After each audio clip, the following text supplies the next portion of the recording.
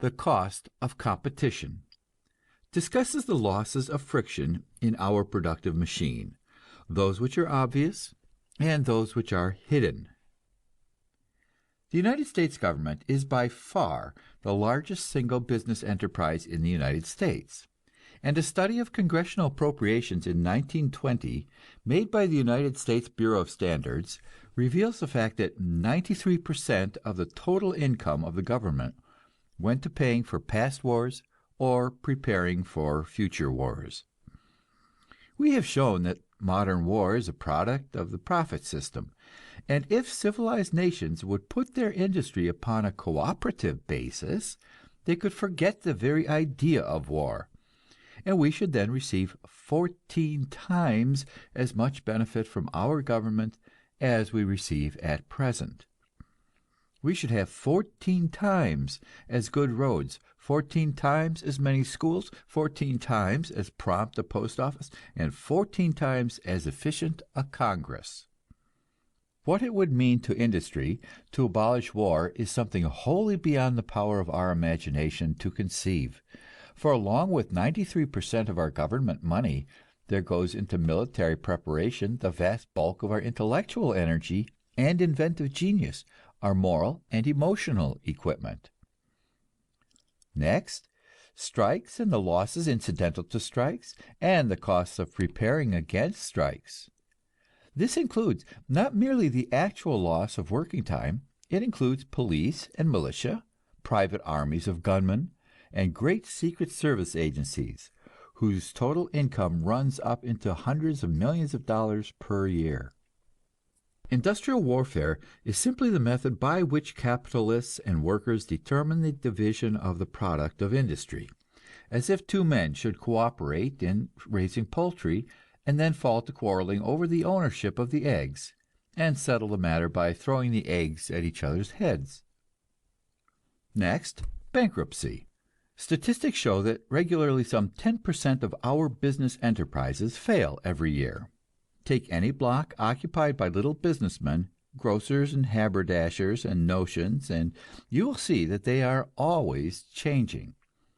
Each change represents a human tragedy, and the total is a frightful waste of human energy. It happens because we think of no better way to distribute goods than to go through the work of setting up a business and then discover that it cannot succeed because the neighborhood is already overstocked with that kind of goods. Next, fires, which are a result of bankruptcy. You may laugh, perhaps thinking that I am making a joke, but every little man who fails in business knows that he has a choice of going down in the social scale, or of setting fire to his stock some night and having a big insurance company set him on his feet again. The result is that a certain percentage of bankrupts do regularly set fire to their stores. Some 15 years ago there was published in the Collier's Weekly a study of costs to society of incendiary fires. The Fire Underwriters Association estimated the amount as $250 million a year. And all this cost, you understand, is paid out of the pockets of those who insure their homes and their stores, and do not burn them down.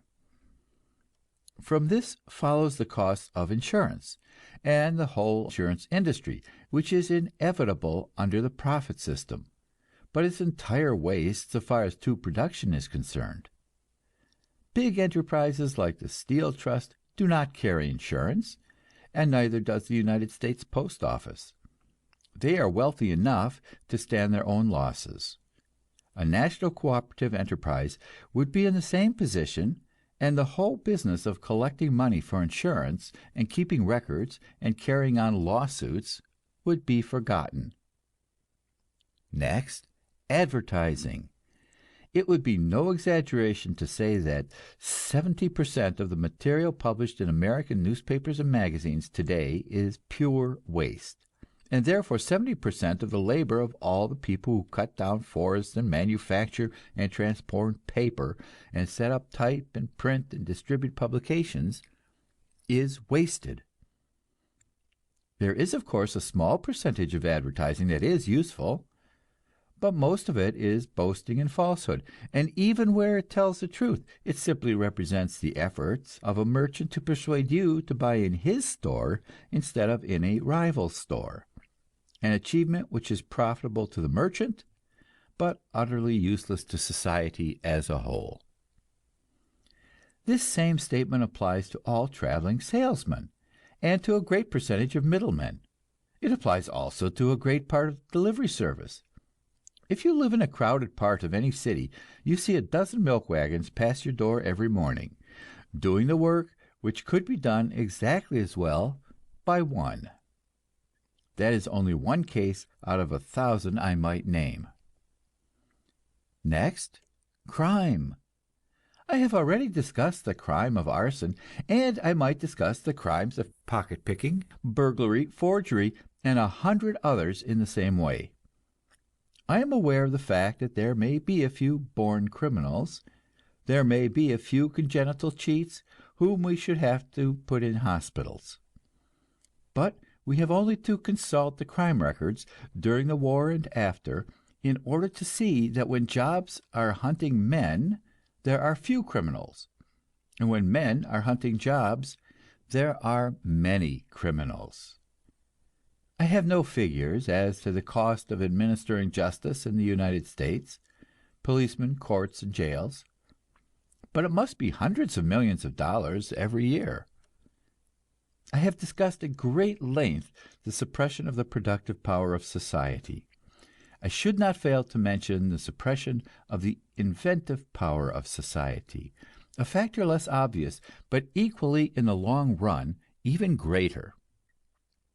Everyone familiar with the inside of a big industry knows that hundreds and even thousands of useful processes are entirely suppressed because it would not pay one particular concern to stand the expense of the change involved. You know how, during the war, our government brought all the makers of engines together and perfected in triumph a Liberty motor.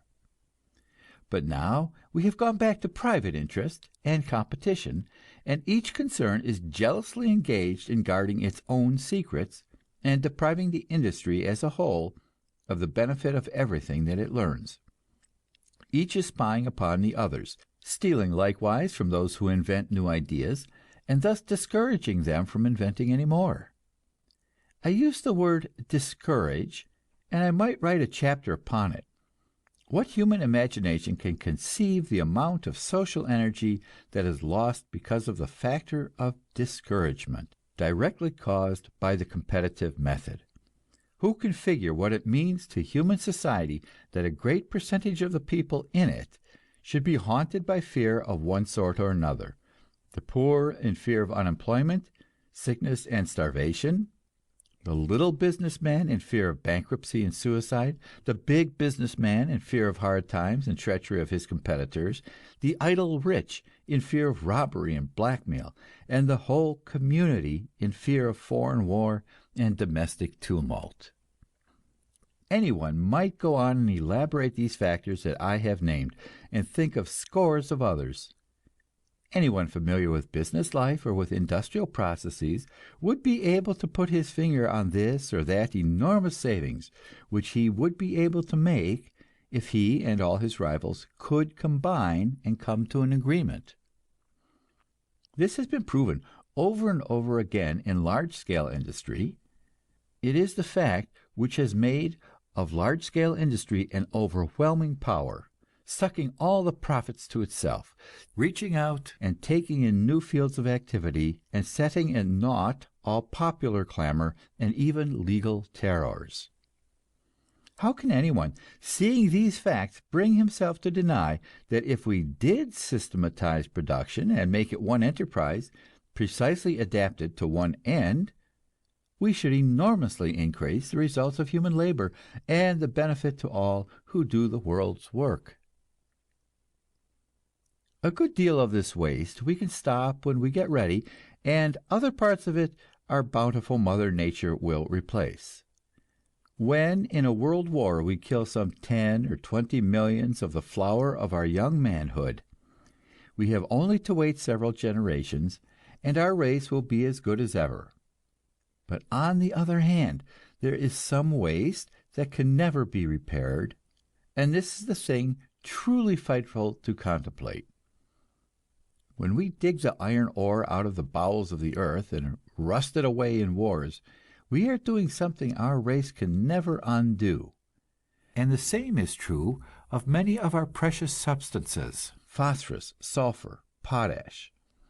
When we cut down the forests from our mountain slopes and lay bare the earth, we not merely cause floods and washouts and silt up our harbors, we take away from the surface of our land the precious life-giving soil, and make a habitable land into a desert, which no irrigating and reforesting can ever completely restore. The Chinese have done that for many centuries, and we are following in their footsteps. More than 600 million wagon loads of our best soil are washed down to the sea every year. If you wish to know about these matters, I send you to a book, On Board the Good Ship Earth, by Herbert Quick. It is one of the most heartbreaking books you ever read, yet it is merely a quiet statement of the facts about our present commercial anarchy. End of chapter 62. Chapter 63, Socialism and Syndicalism, discusses the idea of the management of industry by the state, and the idea of its management by the trade unions. Let us now assume that we desire to abolish the wastes of the competitive method, and to put our industry on a basis of cooperation. How should we effect the change, and how should we run our industry after it was done? Let us take the United States Steel Corporation. What change would be necessary to the socializing of this concern? United States Steel is owned by a group of stockholders and governed by a board of directors elected by them. The owners are now to be bought out with government bonds, and the board of directors retired. It may also be necessary to replace a certain number of the higher executive officials who are imbued entirely with the point of view of this board, and have to do with finance rather than with production. Of course, some other governing authority would have to be put in control. What would this authority be? There are several plans before the world, several different schools of thought, which we shall consider one by one. First, the socialist program. The socialist says, consider the post office, how that is run. It is run by the president, who appoints a postmaster general as his executive. Let us therefore turn the steel industry over to the government, and let the president appoint another member of his cabinet, a director of steel. Or let there be a commission similar to the Interstate Commerce Commission or the various war industry boards. Any form of management of the steel industry which provides for its control and operation by our United States government is socialism of one sort or another. There has been, of late, a great deal of dissatisfaction with government on the part of the general public and also of labor. The post office clerks, for example, complain that they are inadequately paid and autocratically managed, deprived of their rights not merely as workers, but as citizens. The steel workers complain that when they go on strike against their masters, the government sends in troops and crushes their strike, regardless of the rights or wrongs of it. In order to meet such tactics, labor goes into politics and elects here and there its own representatives.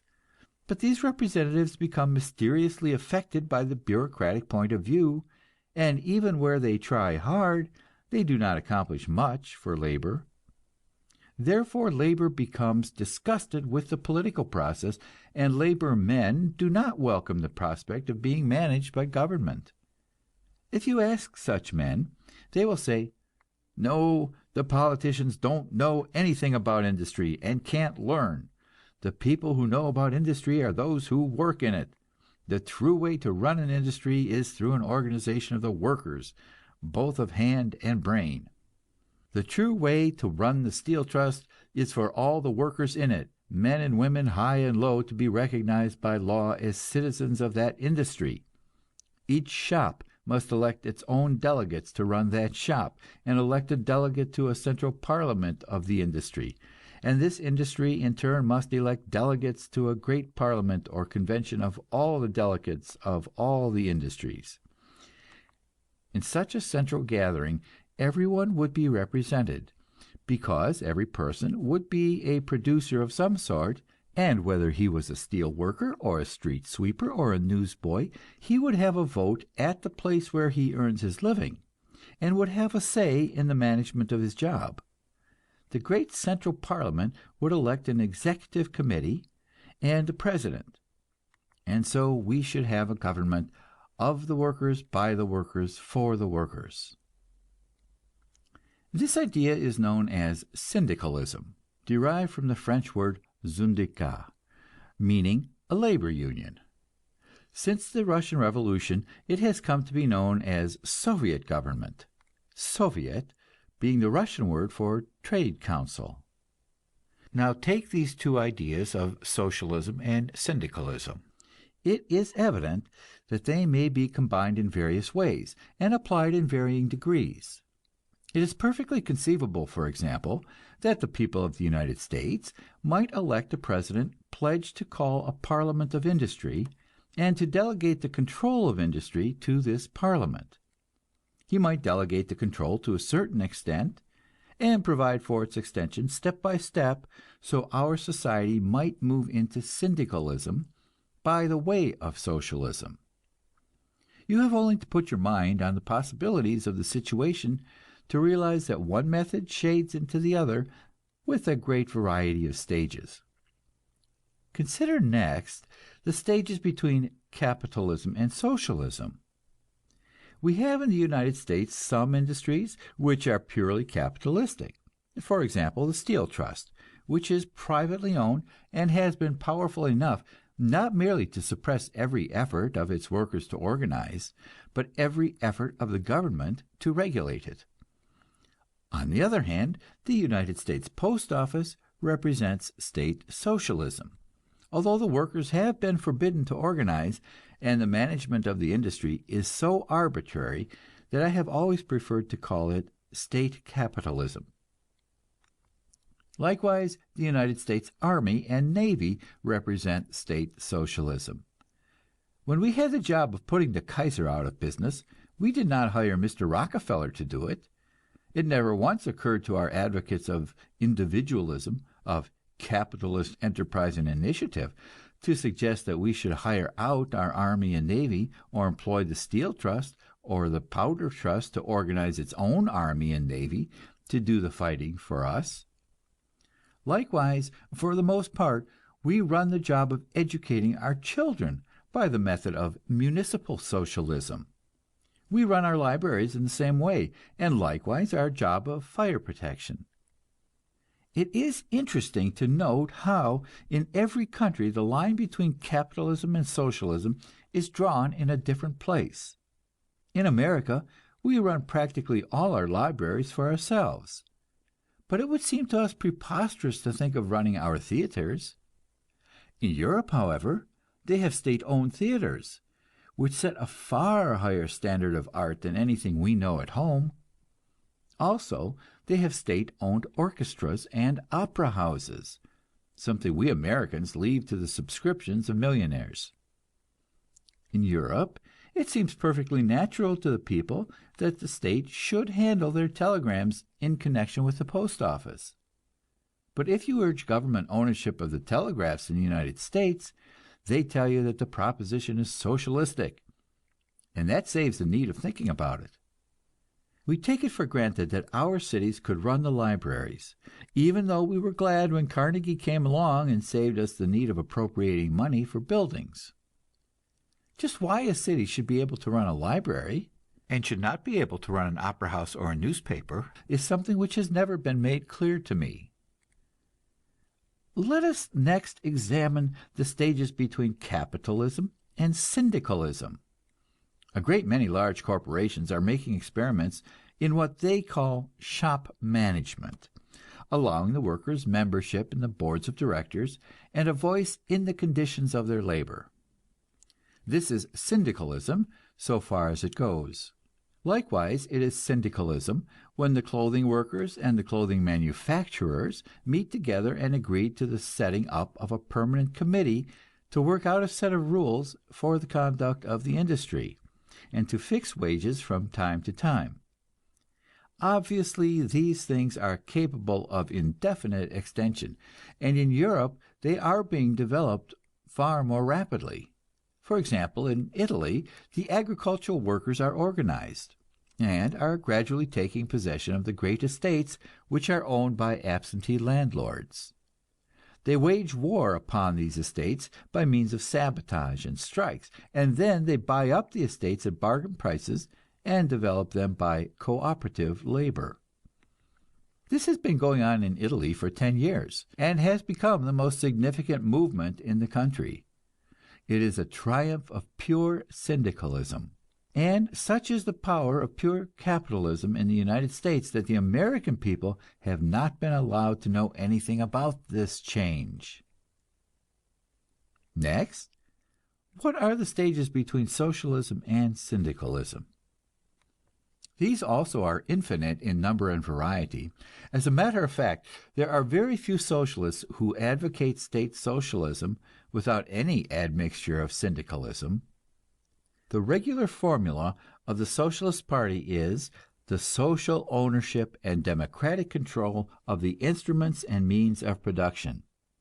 And what the phrase democratic control means is simply that you introduce into your socialist mixture a certain flavoring of syndicalism, greater or less according to your temperament. In the same way, there are many syndicalists who are inclined towards socialism. In every convention of radical trade unionists, such as, for example, the IWW, you find some who favor political action, and these will have the same point of view as the more radical members of the Socialist Party, who urge a program of industrial as well as political action. End of chapter 63. Chapter 64. Communism and Anarchism considers the ideas of goods owned in common and the idea of a society without compulsion, and how these ideas have fared in Russia. The Russian Revolution has familiarized us with the word communism. In the beginning of the revolutionary movement, communism denoted what we now call socialism. For example, the Communist Manifesto of Marx and Engels became the platform of the social democratic parties. But because most of these parties supported their governments during the war, the more radical elements have now rejected the word socialism and taken up the old word communism. In the Russian Revolution, the communists went so far as to seize all the property of the rich, and so the word communism has come to bear something of its early Christian significance. It is obvious that here too it is a question of degree, and socialism will shade into communism by an infinite variety of stages, depending upon what forms of property it is decided to socialize. The socialist formula commonly accepted is that goods socially used shall be socially owned, and goods privately used shall be privately owned. If you own a factory, it will be taken by the state, or by the workers, and made social property like the post office. But no socialist wants to socialize your clothing or your books any more than he wants to socialize your toothbrush. But when you come to apply this formula, you run quickly into difficulties. Suppose you are a millionaire and own a palace with 100 or 200 rooms and 100 servants. Do you use that socially, or do you use it privately? And suppose there is a scarcity of houses, and thousands of children are dying of tuberculosis in crowded tenement rooms. You own a dozen automobiles, and do you use them all privately? I point out to you that in time of emergency the capitalist state does not hesitate over such a problem, It seizes your palace and turns it into a hospital. It takes all your cars and uses them to carry troops. It should be obvious that a proletarian state would be tempted by this precedent. The communists also have a formula which reads, "From each according to his ability, to each according to his necessity." I do not see how any sensitive person can deny that this is an extremely fine statement of an ideal in social life. We take it quite for granted in family life. If you knew a family in which that rule did not apply, you would consider it an unloving and uncivilized family. I believe that when once industry has been socialized, and we have a chance to see what production can become, we shall find ourselves quickly adopting that family custom as our law, for all except a few congenital criminals and cheats. We shall find that we can produce so much wealth that it is not worth while keeping count of unimportant items. If today you meet someone on the street and ask him for a match or a pin, you do not think of offering to pay him. This is an automatic consequence of the cheapness of matches and pins. Once upon a time, you were stopped on the road every few miles and made to pay a few cents toll. I remember seeing toll gates when I was a boy, but I don't think I have seen one for 20 years. In exactly the same way, under socialized industry, we shall probably make streetcar traffic free, then railroad traffic. We shall abolish water meters and gas meters and electric light meters, also telephone charges, except perhaps for long distances, and telegraph tolls for personal messages. Then presently we shall find ourselves with such a large wheat crop that we shall make bread free, and then music and theaters and clothing and books. At present we use furniture and clothing as a means of manifesting our economic superiority to our fellow men. One of the most charming books in our language is Veblen's Theory of the Leisure Class, in which these processes are studied. We shall, of course, have to raise up a new generation, unaccustomed to the idea of class and of class distinction, before we could undertake to supply people with all the clothing they wanted, free of charge. The Russian theorists made haste to carry out these ideas all at once. They tried to leap several centuries in the evolution of Russian society. They ordained complete communism in the land. But the peasants would have nothing to do with such notions. Each wanted his own land and what he produced on it. The Soviets have now been forced to give way, not merely to the peasants, but to the traders. And so we see once again that it is better to take one step forward than to take several steps forward and then several steps backward. The Russian Revolution is not yet completed, so no one can say how many steps backward it will be forced to take. This revolution was an interesting combination of the ideas of socialism and syndicalism. The trade unionists seized the factories and made an effort at democratic control of industry. At the same time, the state was overthrown by a political party, the Bolsheviks, who set up a dictatorship of the proletariat. Because of civil war and outside invasion, the democratic elements in the experiment have been more and more driven into the background, and the authority of the state has correspondingly increased. This causes us to think of the Soviet system as necessarily opposed to democracy. But this is not in any way a necessary thing. There is no inevitable connection between industrial control by the workers and a dictatorship over the state. In Germany, the state is proceeding to organize a national parliament of industry and to provide for management of the factories by the labor unions. The Italian government has promised to do the same thing. These, of course, are capitalist governments, and they will keep their promises only as they are made to. But it is a perfectly possible thing that in either of these countries a vote of the people might change the government and put in authority men who would really proceed to turn the industry over to the control of the workers. That would be the Soviet or Syndicalist system, brought about by democratic means, without dictatorship or civil war. Another group of revolutionary thinkers whose theories must be mentioned are the anarchists. The word anarchy is commonly used as a synonym for chaos and disorder, which it does not mean at all. It means the absence of authority, and it is characteristic of people's view of life that they are unable to conceive of there being such a thing as order unless it is maintained by force. The theory of the anarchist is that order is a necessity of the human spirit, and that people would conform to the requirements of a just order by their own free will and without external compulsion. The anarchists believe that the state is an instrument of class oppression and has no other reason for being.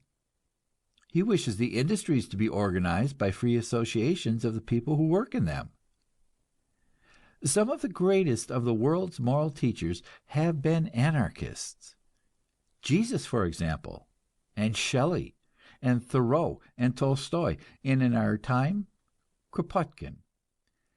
These men voiced the highest aspirations of the human spirit, and the form of society which they dreamed is the one we set before us as our final goal. But the world does not leap into perfection all at once, and meantime here we have the capitalist system and the capitalist state, and what attitude shall we take to them? There are impassioned idealists who refuse to make any terms with injustice, or to submit to compulsion, and these preach the immediate destruction of the capitalist government, and capitalist government responds with prison and torture, and so we have some anarchists who throw bombs. There are those who call themselves philosophic anarchists, wishing to indicate thereby that they preach this doctrine, but do not attempt to carry it into action as yet. Some among these verge toward the communist point of view and call themselves communist anarchists. Such was Kropotkin, whose theories of social organization you will find in his book, The Conquest of Bread. There are others who call themselves syndicalist anarchists, finding their centers of free association in the radical labor unions. After the Russian Revolution, the anarchists found themselves in a dilemma, and their groups were torn apart like every other party and class in Russia. Here was a new form of state set up in society, a workers' state, and what attitude should the anarchists take toward that? Many of them stood out for their principles, and resisted the Bolshevik state, and put the Bolsheviks under the embarrassing necessity of throwing them into jail. We good Orthodox Americans, who are accustomed to dump socialists and communists and syndicalists and anarchists all together into one common kettle, took Emma Goldman and Alexander Berkman and shipped them over to Russia, where we thought they belonged. Now our capitalist newspapers find it strange that these anarchists do not like the Russian government any better than they like the American government. On the other hand, a great many anarchists have suddenly found themselves compelled by the Russian situation to face the facts of life. They have decided that a government is not such a bad thing after all, when it is your own government. Robert Minor, for example, has recanted his anarchist position and joined the communists in advocating the dropping of all differences among workers, all theories as to the future, and concentrating upon the immediate task of overthrowing capitalist government and keeping it overthrown. In every civilized nation, the Russian Revolution has had this effect upon the extreme revolutionists. It has given them a definite aim and a definite program upon which they can unite. It has presented to capitalist government the answer of force to force. It has shown the masters of industry in precise and definite form what they have to face, unless they set themselves immediately and in good faith to the task of establishing real democracy in industry.